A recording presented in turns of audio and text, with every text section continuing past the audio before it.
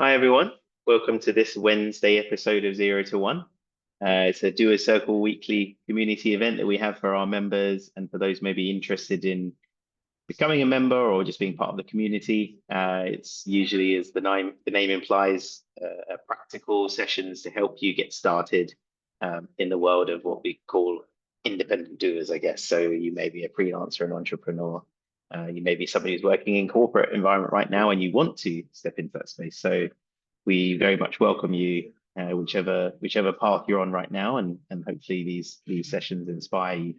And this week's topic is an exciting one from our point of view because it's really comes to a lot of the core of why Do a Circle exists. It's to support those very independent doers. Maybe if you're an entrepreneur, you might be running a business with multiple staff or stakeholders involved. But freelancing really is that kind of solo venture, that business of one, as I like to describe in some of the sessions that we do. And so we're really excited this week to have Elina joining us, who's going to share ways that you as a freelancer can continue to grow and get the most out of what you're doing as a freelancer. And we're especially excited because it's a nice precursor to what's coming up next month in terms of Freelance Business Month as well. So we'll touch on that a little bit later on. But Elina, maybe if we just start off with a little bit of an introduction to yourself, and then love to jump into the 8-piece framework. Yeah, absolutely. Well, thanks a lot for having me. Mega excited. I'll share my excitement in the coming minutes because I am so thrilled to share what I'm going to share. For me, it was a big discovery, and I hope for you as well. But a little bit about myself. I am a freelancer for the last 10 years. So I started my independent business when I realized I'm not quite fitted into the corporate world. I got tired a little bit of corporate politics, the way the clients are managed within the teams, and just all what's associated with the corporate world. And my core business is actually event marketing, event production.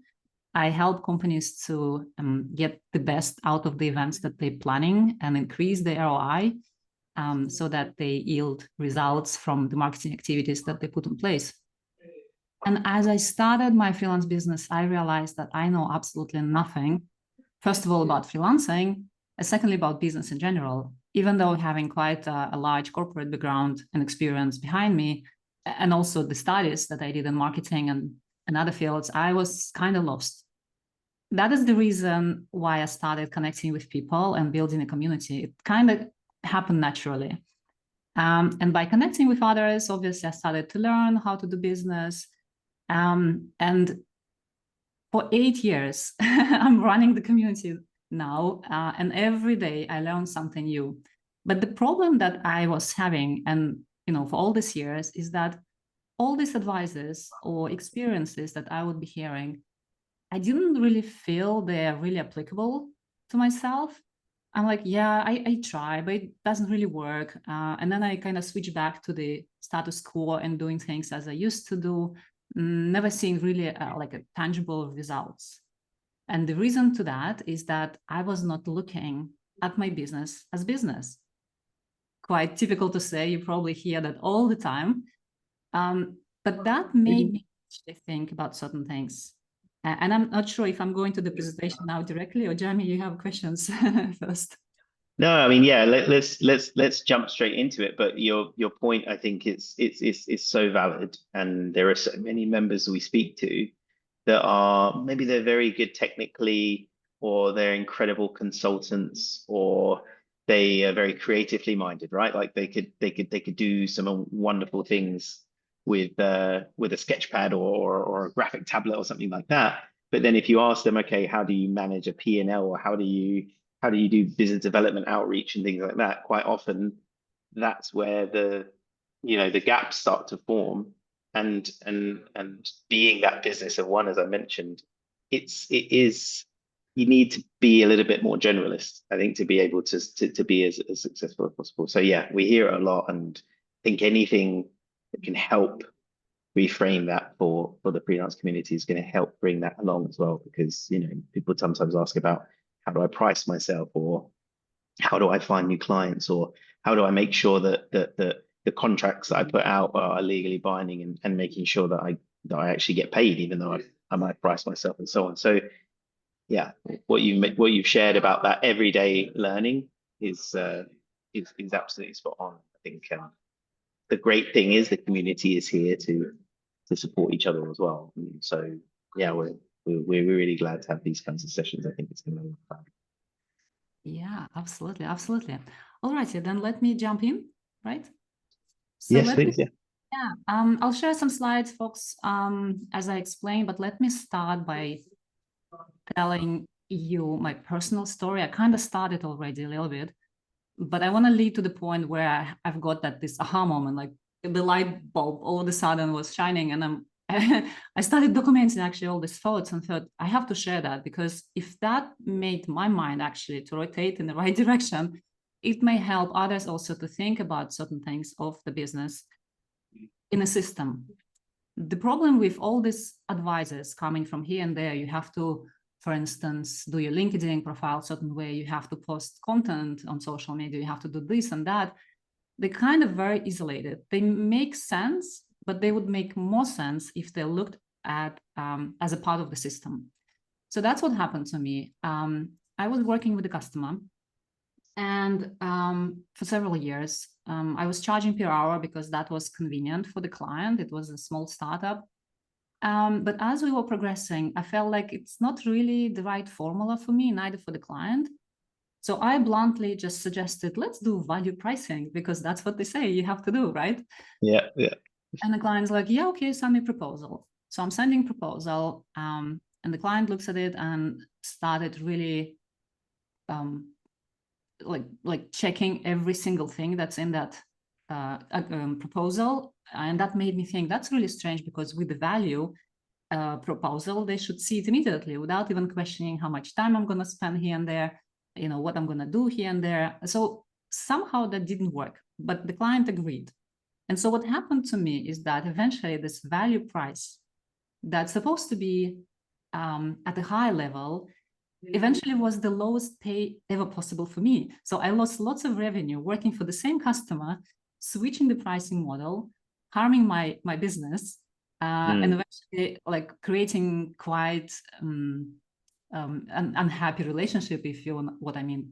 So I got back to the customer saying, listen, it doesn't work. It just doesn't work. The scope of work is constantly increasing, even though I know my work very well. He is constantly checking how much time I was spending on things. So kind of the mindset wasn't there. So I turned to a business coach just for a short consultation. And that person started asking me certain questions. And the questions were, okay, what do you do? Who are your customers? What do you do for them? How do you position yourself? Do you have a network? Do you have some frameworks of the work that you do? And eventually, so I said, I am a consultant. I'm doing consultancy work. And he turned back to me saying, well, all what you have described is not consultancy work. So you're not coming out as a consultant to me. And for me, it was like, for 10 years, I was calling myself consultant. I was doing that type of work. And maybe part of my work was consultancy, but all the rest, he said, you just taking the tasks. You're taking the tasks, you execute the task. There is nothing strategic about how you come out to your customers. So I sat down and digested all that. I'm like, oh shit, what did I do for all these 10 years? And I kind of started digging, and that is also just, imagine my situation. I'm running Freelance Business Community for 8 years. I'm hearing all the experts sharing brilliant advices, and somehow I was not able to apply it for myself. So I'm like, okay, this is something wrong here. I need to really fix it. And I started digging deeper, reading, kind of refreshing my studies in marketing and how it all works. And for a very long time, I was having the idea to look into what corporate world is actually doing in the marketing field and see how it is applicable to actually freelance business, because there should be some correlation in it. And so that brought me to rereading material about 4Ps, 7Ps, and you may have heard them if you studied marketing, or even not. These are the concepts developed back in 60s and 70s of last century. They exist a zillion of years, but somehow freelancers never look at them. I found it strange. And I just was Googling like maniac, like who is talking about this? Like, is this even mentioned somewhere? And as I started developing further this thought, I realized, indeed, they're not very applicable to freelancers because they're missing some elements into it. And once I started putting the picture together, I've come up with 8 P's. And this is how my light bulb was shining. And I'm like, I need to just share that straight away because it's so cool. And just because it's a discovery channel for me too, folks, please feel free to share whether you find this applicable to you, whether it has been helpful or not. Because for me, it's very important also to understand, like, is it really something that can help independent professionals to look at the business coherently, right? So I would appreciate your feedback regardless. Even if it's stupid, please tell me, Elina, like that just everyone knows about it here in Singapore, or for whoever you're joining, or tell me, yeah, it's super brilliant, that really helped me to look at the picture. So let's jump into it. Yeah, I'll keep an eye on the comments, and just for everybody else, I can see there's a couple of new faces as well. We have a Q&A button at the bottom, so if you have questions as we go through, just feel free to pop them in there, and then depending on whether we sort of pause between the slides, Elina, or you want to do the questions at the end, it's a little bit up to you, I guess. Like I'll keep an eye on it and see if it feels like a point specifically related to that topic, then it's probably worth elaborating on that point. Yeah, but yeah, looking forward to it. All righty, let's jump in. So I have kind of already explained why you feel confused all the time, because advices that we hear from different experts is kind of isolated from the entire framework, and applying that specific advices to you sometimes may feel like it doesn't really fit, or you've done it, but it just doesn't really work. There is no effect from it. But that's the reason, because you're only doing this isolated fix, not looking at the picture currently. To put it in a different perspective, it's like having a car, and let's imagine we're not car mechanics for a second. Maybe some of you are, but I'm not a car specialist at all. I know cars existing. Me neither. Yeah, okay. We know there's engine, right? But what's inside that engine that actually fuels the car, I kind of don't understand. Even if you tell me there are certain details inside the engine, I would still not understand how it functions. So that's this framework is about, is actually understanding how the small details in your business functions and how they are interconnected to actually to lift you up eventually. So that is the 8 P's of marketing framework that I'll be talking about. And later I will also share how to make it work. All right, let's jump in. So 8 P's of marketing. So if you know 4 P's and 7 P's, you'll recognize some of them. And there are product, place, promotion, people, price, process, physical evidence, and performance. And if at this moment you have to disconnect, just keep in mind this 8 P's and just kind of, rotate it in your brain to think, okay, how one is influencing the other, because they're so connected. I'll show at the end. It's impossible to skip one or another. So let's dive in directly into the product. Product, logically, is what you actually sell. But the problem for freelancers, and for myself including, is actually to define your product. Product is the service, is the same technically. Quite oftenly, if you find yourself accepting all sorts of different requests, you don't have a defined product or service.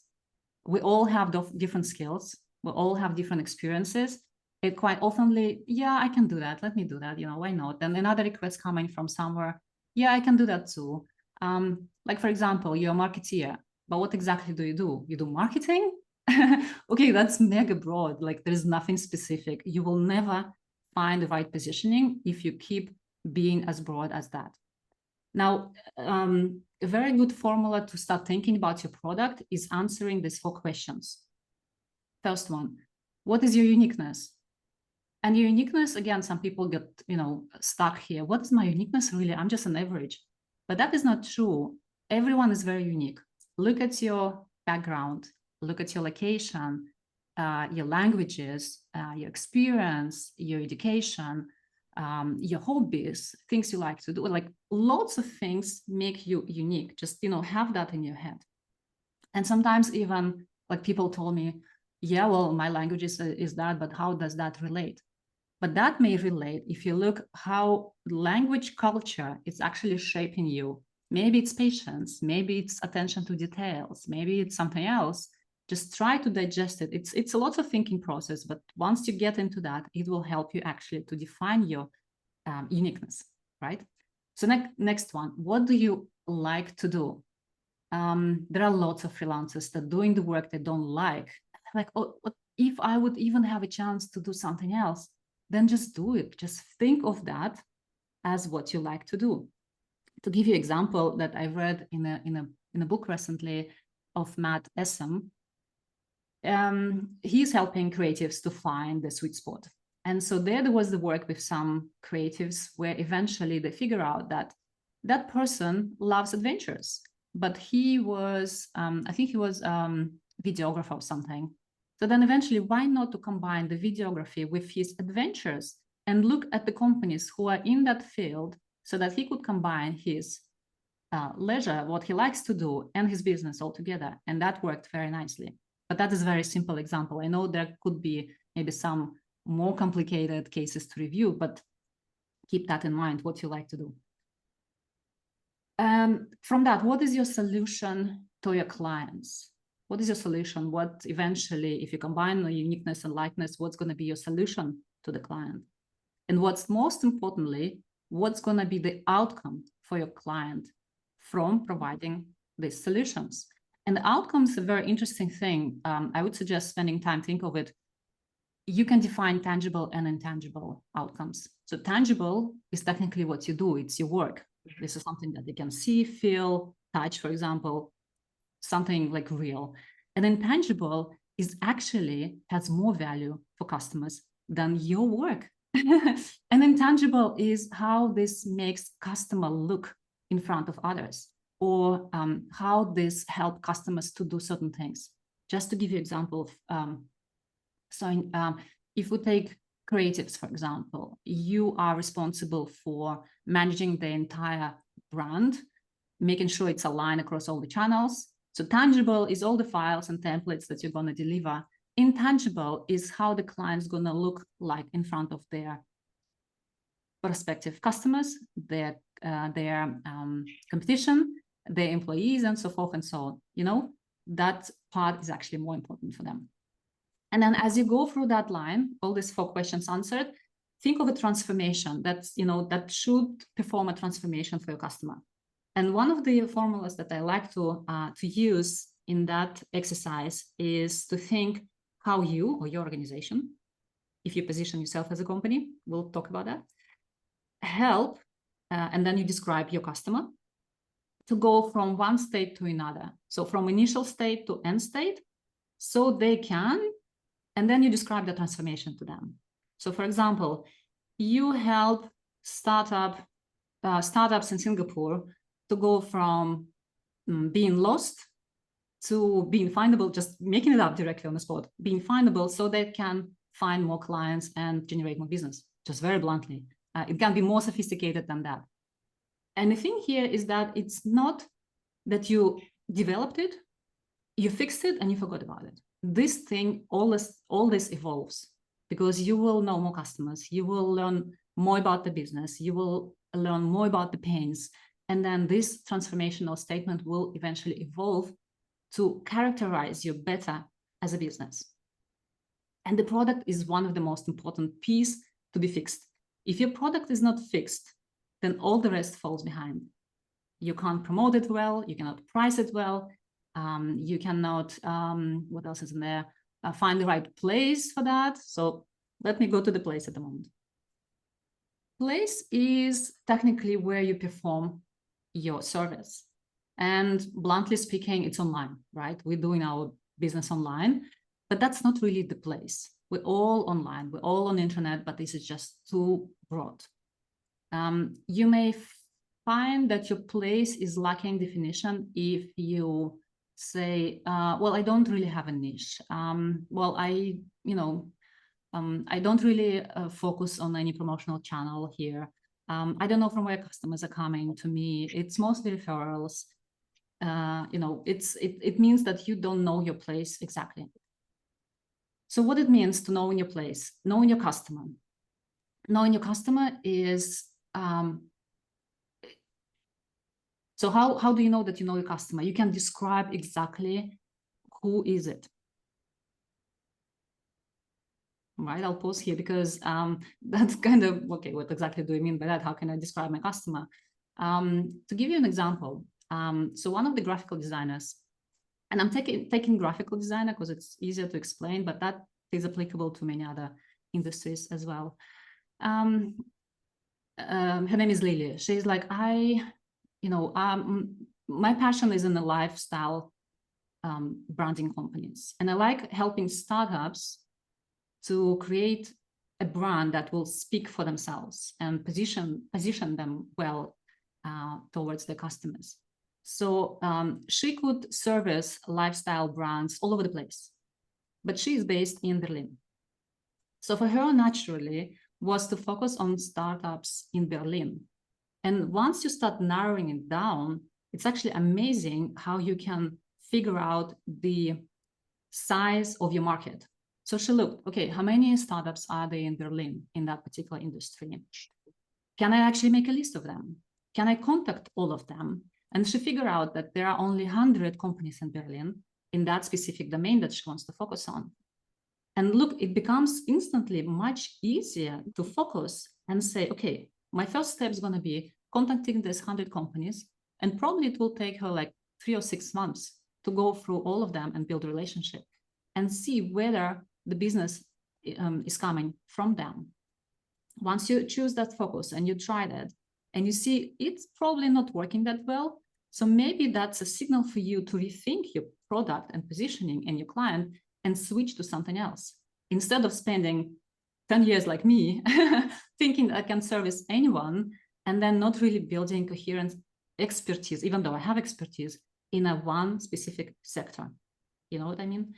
And once you start focusing in that specific sector and niche, then you start positioning yourself as an expert. So then you become recognizable within that sector. And then obviously you have more trust within that sector too. That is place. Yeah, love that. Yeah, that's really good. Going into promotion, as it speaks for itself, if nobody knows about your service, do you really have a business? It's kind of very proactive, reactive approach, waiting until someone contacts you to do the service versus taking your business in your hands and doing what's necessary to drive it. That's a big difference. And promotion obviously includes several blocks into it. Now, this is all simplified. What I'm doing right now, just rushing through. There is much more frameworks to each of those to do some discoveries within. But just to draw a picture for you right now, it always starts with personal brand. And if you're still questioning whether you need it or not, let me tell you, you absolutely need it. Your personal brand is what creates trust for your services, what will create network around your business. And that is absolutely important. You cannot do that in isolation. And obviously, if you feel like, I'm just gonna post something here and there on social media, it's not a promotional strategy. Your promotional strategy will include thinking, what if I lose that one channel of sourcing my customers overnight? What I'm gonna do? If you pay attention to all the gurus online out there, they have all this piece nailed down, including promotional strategy, which would include absolutely 100% driving the leads onto their website. So they have their own newsletter, so they can nurture those leads even further. So if you're still relying on social media for customers to come, you're kind of risking a lot here. So promotion is necessary to grow your trust within the network so that it's also easier for you to grow your business, increase your prices, have better customers, and things like that. The next one, people. people, there's several kind of characters inside that people block of 8 Ps. And first one is your ideal customer. We slightly touched that earlier when we spoke about the place. The thing that I need to mention here is that lots of things here can be applicable to one or another block. And that's okay, just because of these connections between themselves. Sometimes it's easier to decide, okay, is it actually coming into people or into place? It's all okay, until you think about it very carefully. So what is your ideal customer profile? It's not only job title. Sometimes people say, yeah, I'm targeting marketing directors because they have decision power and they have budget, but that's not really enough. The greatest ideal customer profile will be for you when you start even thinking and building the empathy map. And by empathy map, what I mean is that if you know what that ideal customer is thinking about, seeing, doing, and talking, then it's easier for you to get that and put it in a promotional strategy. You know what I mean? So if they think how to stand out from competition, you take that and you use that as a part of your promotional strategy in your content plan, for example. If you know that, you also come to them and you address these points because you know it's a pain for them and you know you can speak about it authoritatively. The second thing, which is not really people as such, but it's your interpersonal skills. What we see, and I hear a lot from freelancers, is that you're only perceived as good as your communication skills. So if you're fantastic in your craft, if you do your work brilliantly, but you cannot communicate properly, delivering your value, clarity, and with respect and empathy, for example, you just will not be considered as a high professionals unless you learn how to do it. And the good thing here with communication skills is that you definitely can learn it. It's not something that people inherited from their genes. It's something that you learn. So definitely something to focus on. And as we speak about learning, learning is another thing I'm going to mention. But network is one more component to the people system. This is the people that know you as a professional. This is your network of potential customers. This is the maybe access to specific industry insights, because you know how customers think. When you, for instance, you're rotating in the same industry, this is your focus. You come to a specific company and they look at you as someone who can bring insights from other companies to them. So by having that ability to actually digest the insights from other customers that you work with and bring it to your next customer, for example, in a very legal way, let's put it like this. I know there are lots of NDAs in business and stuff like that, but if you can, wrap it up nicely, customers are willing to pay higher fees for that. And that is how you can also position you as an expert in a certain field, comparing with a freelancer that is doing all sorts of work. So that is your people system that you constantly have to think of.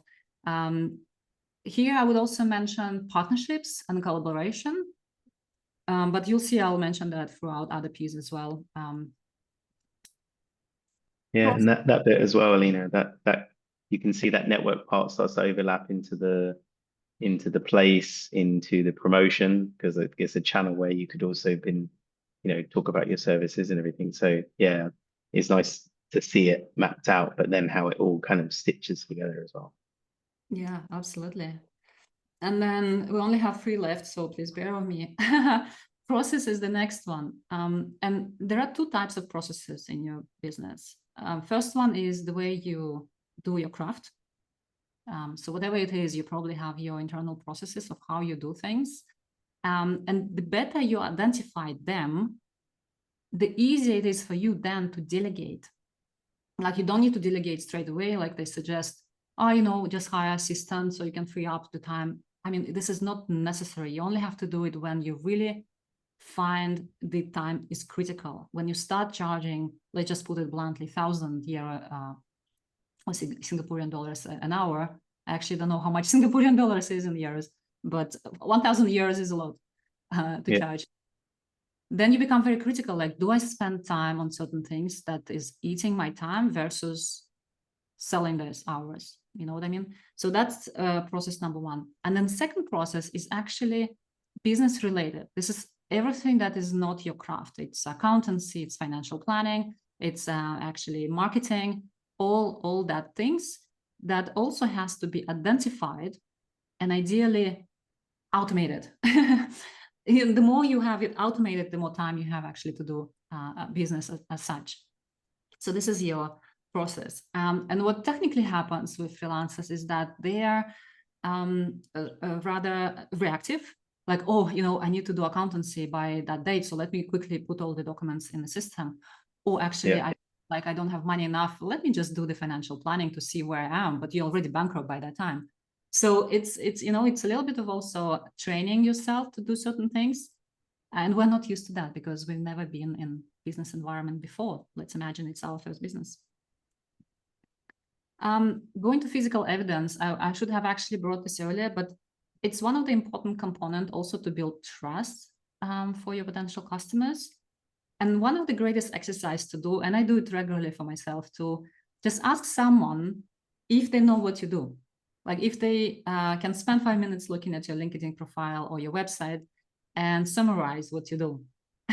You'd be surprised to hear what people actually think. And from that point, you can adapt the way you come out online. So there is more clarity about your work. That relates a lot to people who in IT world, because for them, it kind of feels, yeah, it's absolutely clear what I do. But for folks who are not in the industry, it's just super challenging to understand what exactly they're doing. I judge by my experience hiring freelancers as well for different projects, and also for something that I'm developing. Sometimes it's not even clear, like, who do I need to perform that work? Unless someone comes to me, listen, these are the problem I solve, and this is how I can help you. So if you take that into account, that may help you actually to gain more customers too. So obviously website and portfolio is important. I mentioned working and looking at different channels for client acquisition.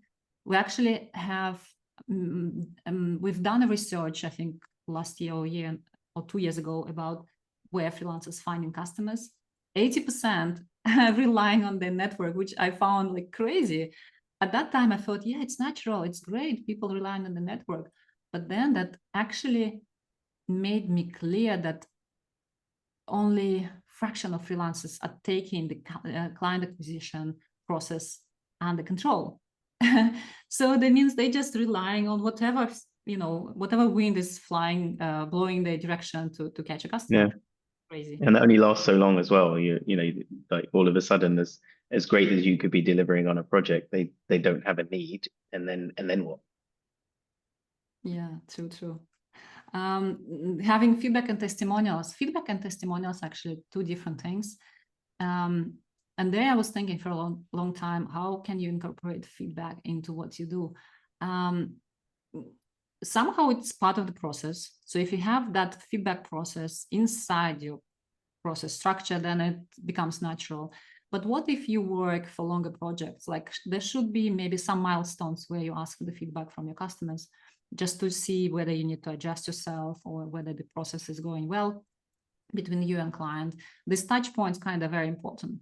And testimonial is also part of your process that helps you to build the trust amongst the network that you're in. And testimonials, like you finish the project, you ask for testimonial. Many freelancers skip that because they're kind of shy. But if you think that testimonial will help you to win next customer, the shyness should fade away. I can tell. Right, and then performance, absolutely important. This is the P that's actually missing from marketing mixes of the corporate world for some reason. But I thought it's very important for freelancers because we are the solo business. So if we don't perform at a specific standard, then we will not have repeated business. So the service quality is important. And if you focus on that and think of how can you improve it every single time you have a new project, that could be the one of the strategies that you may want to adapt to come out more professionally towards your customers. And if you have a quality, you absolutely have repeated business. If you don't have repeated business, then you may think why it is not happening. And there are several reasons to that. So one is quality, as I mentioned. Another is that you're not positioned well enough. So people don't think that you can help them with certain issues. They just use you as a fixer to certain issues. And that's okay. If you want to do that, that's totally fine. But if you want to grow, you better change that perspective. And eventually upskilling, I mentioned here, but also mentioned earlier that learning constantly is something that you really have to plan in your business. First of all, it's an additional budget for that, but you can also do upskilling without a budget. But that's also for you a small indication that you can raise your fees. For example, you've passed certain certification, you attended the course. That means you know more. And that's a good way to actually add a little bit on top of your fees going forward. Just, one of the things that people use, I heard. And eventually, as you focus on your quality, it's that you build long-term reputation. You'll be recognized for the quality. You see, so if you skip your 4 months from this piece, you're kind of not having a business anymore. And then we come into the last one, and that's how it makes very interesting. And this is actually how I came up to this framework, because I realized that by applying a higher category of the pricing, value pricing is considered to be as advanced category, I was just lacking all of the piece. All of the piece were not clear for the customer. And that's why he just, kind of fired back on me. So the price is combination of providing the evidence of your value with the right product, with outstanding quality for the right target audience, which you know how to attract and retain. All right, I'll let that sink a little bit. So price carries a specific message about your business as well. Let's think here, for example, like Louis Vuitton shop. Everyone knows Louis Vuitton shop. I've never been there, but I've seen it from a distance. And on the extreme side, let's say market style. So Louis Vuitton shop, we know the quality is high, the quality of service is high, product is high. We know it's expensive by the look of it. What else is in there? We know the brand is super respected. So all these components, all the pieces, they are quite on a high level. When you look at the market style, we know, okay, cheap products, cheap price, we can't expect much here. It's for certain type of customers, as is Louis Vuitton as well for certain type of customers. And so we have very direct image about the place where we're going to buy certain things. And now imagine if we put the market style products inside Louis Vuitton shop. And once again, I haven't been to Louis Vuitton shop, but if I would enter, for example, now, seeing the brand, knowing the reputation, expecting that they're going to have high standards inside the shop, and then I enter and I see there is potato bag is in there. I'm like, what the hell is going on here? I will never go back. And this is how the dissonance is created also with freelancers, where, for instance, they focus only on building the brand, and they posting like hell on LinkedIn, blah, blah, blah, spending lots of time on that, creating some content, but all the rest is forgotten. It's just never going to work. So let's look at this one. I took the prices as an example because it's so much connected, more than anything else, but each of them actually would have the same lotus kind of diagram. Mm-hmm. So we kind of started talking about the price and perception on the product. The place, price influences the place and determines which markets you can access. To give you example here, for instance, if your price is €5 per word, let's say freelancer.com, right? Scenario, or your price is €1,000 per hour, then the place will be different for both. So if you charge €5 per hour, then probably freelance platforms is your place, because that's where you're gonna find lots of customers there. But if you price high ticket, €1,000 per hour, then platforms is not your place. It's gonna be probably communities. It's probably gonna be some high-level networks, specific groups where you can target your ideal customers. Now, price influences promotion and your marketing approach. Obviously, again, if it's very, very cheap, you, well, let's say you sell ebook for $5. You may throw ads perhaps and just get mass downloads this way. That could work. And again, if it's high ticket sale, you probably, yeah, you still can do ads actually, but that would require also lots of one-to-one connections and interpersonal discussions with people in order to sell that high ticket consultancy, for example. Price also filters people you're working with, because not everyone's going to buy high ticket, for example. So you really need to see who is that ideal customer that will jump on that price. Eventually, if it's a low ticket, you may have other type of customers. The question is whether you want to work with them or not. Performance is affected by price. It sets expectations. If you charge low, and it's also by experience, like you would not have high expectations from those professionals. It's like, yeah, okay, I see it's a junior. She or he is charging that much because she wants to get experience. So I would not expect like mega magic here. Versus if you approach a consultant who is charging lots of money for that hour, you would have very high expectations for that work. Physical evidence 100% justifies higher prices.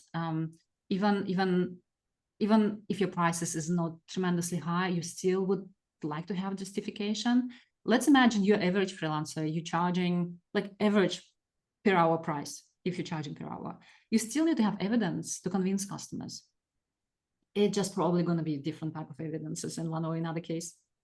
And the process also affected by the price strategy that you choose. Let's say if you already at the level where you have high ticket sale, you probably have more budget to invest in your tools and systems that support you.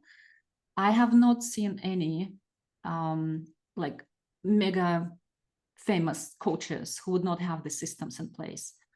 100% they'll have all systems nailed down, because they are already understanding that their time costs lots of money, and they better have those administration and all this like small tasks executed very well, so they don't need to spend time on it and only focus on the actual work.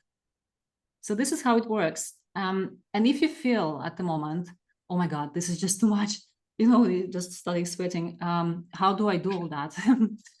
Well, the thing is, now you understand how it works. Now you know it is connected. If you're going to drop it at this point, then it's your fault. But what will happen, I guarantee you'll start thinking, actually, how can I improve each of those little pieces in this 8-piece framework? Understanding that if I work on my product right now, on a product definition, if I really nail it down, I know that my place determination will be easier, my promotion also will be easier, and all the rest. You know, if you start focusing on only promotion without doing all the rest, it's just not going to yield the results for you as it would be if you look at this as a system. All right, makes sense. And again, my example, 10 years in business, and I'm still figuring it out. And finally, I think I've got the grid of it. And you know, I can work out my systems also, that they bring better results for me in the future. I think it's fantastic from my point of view. So thank you. I studied marketing at university, so I'm familiar with the 4 and 7 Ps in that sense, but I didn't think before to kind of map that onto this framework, but it absolutely makes a lot of sense. And I think it becomes a lot more digestible, especially if you're an individual who doesn't have maybe that business background, as we said earlier. So I think, yeah, it feels like this is something that you could really get your teeth into, depending on, sorry, our office dog is on the prowl. Maybe you can hear him. Sorry, I was going to say, like, so from I know in a sense, like I look at, even looking at this particular page where you have price and how influential price can be on all of those segment strands, however you want to describe it.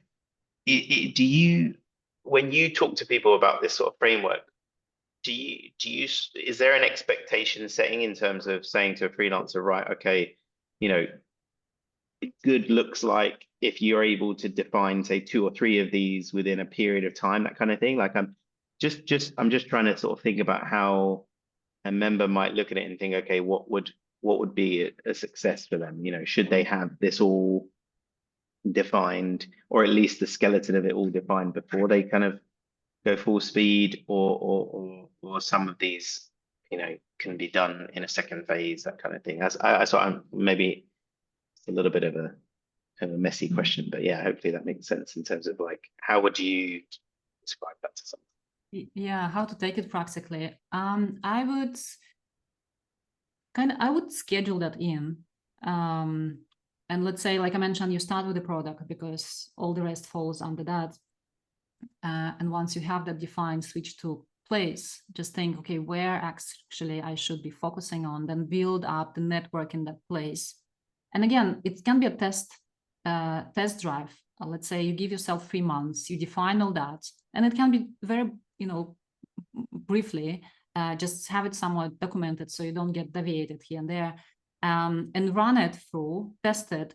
That's how businesses are doing it, right? They're not setting everything in stone. They develop it, they test it, it works, fantastic, they improve it, it doesn't work, they change. So it's like it's never should be set in stone, actually. But I would say, I agree.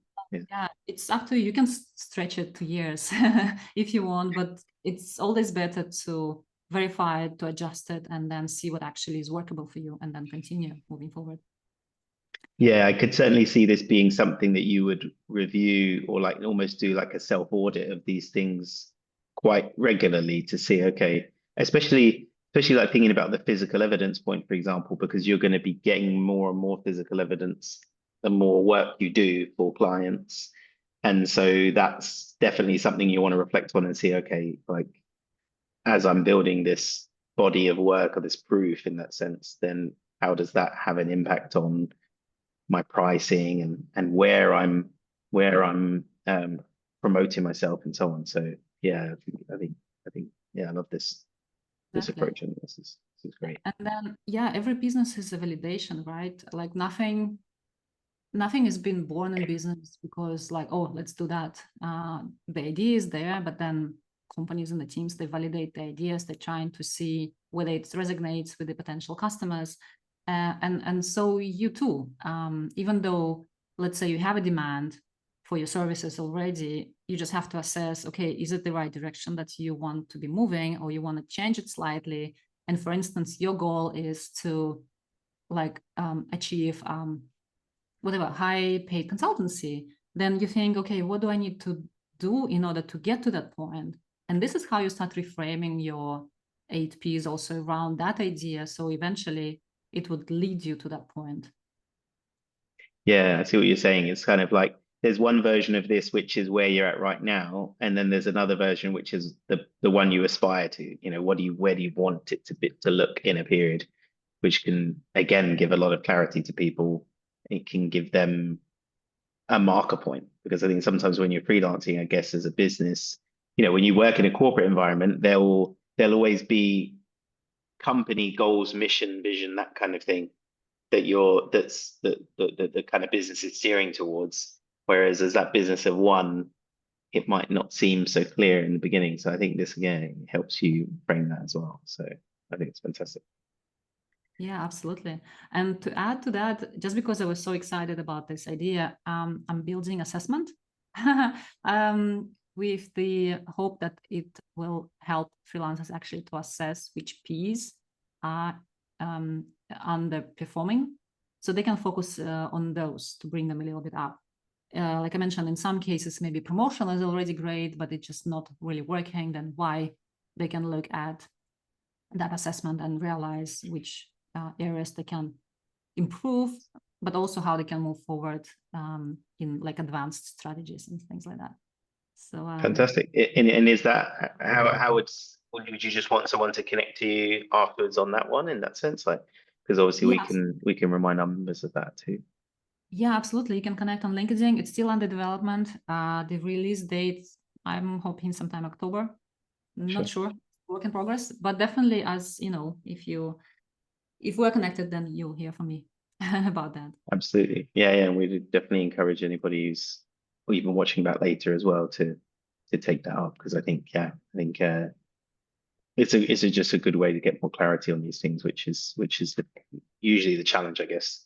I did have one or two more questions, I think, just after reviewing it. I guess one of them that jumped out to me, and I know this, even as we've gone through this, I feel like the question starts to be answered a little bit anyway. But from your point of view, which would you say of the 8Ps tends to be the area that freelancers kind of see the most immediate ROI in? And then what's maybe something where you might say to them, look, you've got to be a bit patient on this.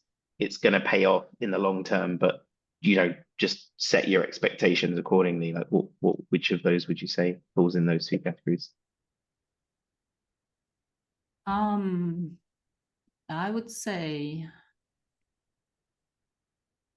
yeah, interesting question. I would say your people, because it has so much into it. It's from your ideal customer to your network to collaborators, and your physical evidence. So if you have that people system and you have the physical evidence of your work, it eventually works the way that your people network will start spreading the things about you. So you will start coming out to that people's network as an expert in certain field. So I would say investing absolutely in your people's P, which also includes communication skills, if you remember, and trying to end up skilling. Yeah. It would bring results. But I can't say for sure what's going to be the highest ROI. To be honest, it's just not that you can take one off the equation. Yeah, that's fair. I just sort of wanted to pose that question as well, and the reality is it could also be your product. Like if your product is currently confusing to somebody in that sense, and then you manage to clarify that could unlock a whole load of opportunities, because then people kind of go, yeah, now I know where you're adding value or the niche that you operate in. So yeah, I think it's got to be done all together. But yeah, I'm just curious as well. Yeah. And then maybe the last question just on my side was like, which of the 8Ps do you see freelancers most commonly neglected in that sense? Like maybe they overlook that part of it and really should probably spend that more time on as much as they should do on all 8 of them in that sense. Yeah. The most difficult, like I mentioned, the product itself. Yeah. Because it's somehow inside our brains that we kind of think it's obvious what we do. So we come out to the customer and trying to be as accommodating as possible. So like I used to do, I do events, I'll do anything events related, which was crazy. I can do that because I have such an experience, but it's not the right strategy if you want to grow your business. So what I should have been doing, and that's what the revelation that I had from the discussion with the business consultant is, you have to narrow it specifically to your favorite expertise that eventually brings outcome to the customers. Yeah, I love that. And when we spoke on that topic earlier, it did make me think of something. I didn't want to interrupt the flow in that sense, but there's a framework that I've been taught before from a business development point of view, which is this is, means, does framework. Have you heard of that one before? No, I haven't. And it's something that I think marketers use in that regard, or at least very large businesses in that sense of how they tackle it. And I think the example that was given when I was first taught about what does this actually mean, and so the example they gave was like a Snickers bar, like a candy bar, right? And they said, what is it? It's a chocolate bar, a candy bar. What does it mean for the person? it satisfies a hunger in that sense. But what does it do? Like, what does it do? And that's reflected in how they do their advertising.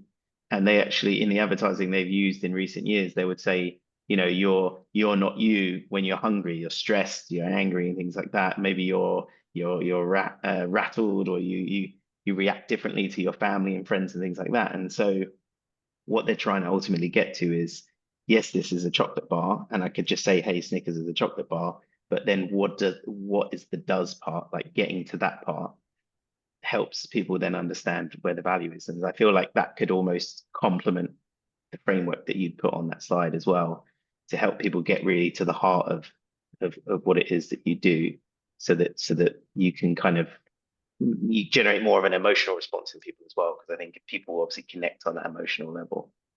Exactly. I just want to say, yeah, emotionally connection is I think one of the strongest. Yeah. Oh, we got a comment here. So, Laura, thanks for this event. Very insightful to connect. Please. Yeah, absolutely. Laura, was there any in particular that jumped out to you? Any areas you think you're going to focus on in the next few weeks and months? And you can add it in the chat or wherever you like. Yeah. Well, Jamie, I want to say thanks a lot for having me here. You've been the first one actually to hear that, because I've been developing behind the screens all this thoughts and thinking. But yeah, great to hear people reputation connected to pricing. Yeah, Laura, fantastic. So yeah, Brilliant. happy to continue evolving that and helping others. Yeah, absolutely. Yeah, and we're really excited. Obviously, for those who aren't aware yet, next month is Freelance Business Month, which is a fantastic month-long event of lots of great sessions that you'll be hosting, right, Elina? So do you want to maybe just tell those about it, and where they can find some of those sessions as well? Because I think there's a lot of great value there that's in store. Yeah, no, absolutely. Oh, I love it. I love it. Freelance Business Month is a month-long online festival for freelance ecosystem to come and learn. It's all free, and I do it for the purpose that people do need to exchange how they do business. And I love like here sharing what I have discovered myself and what others are doing. The sessions range from like financials to, let me think, operations and AI and like anything really around freelance business.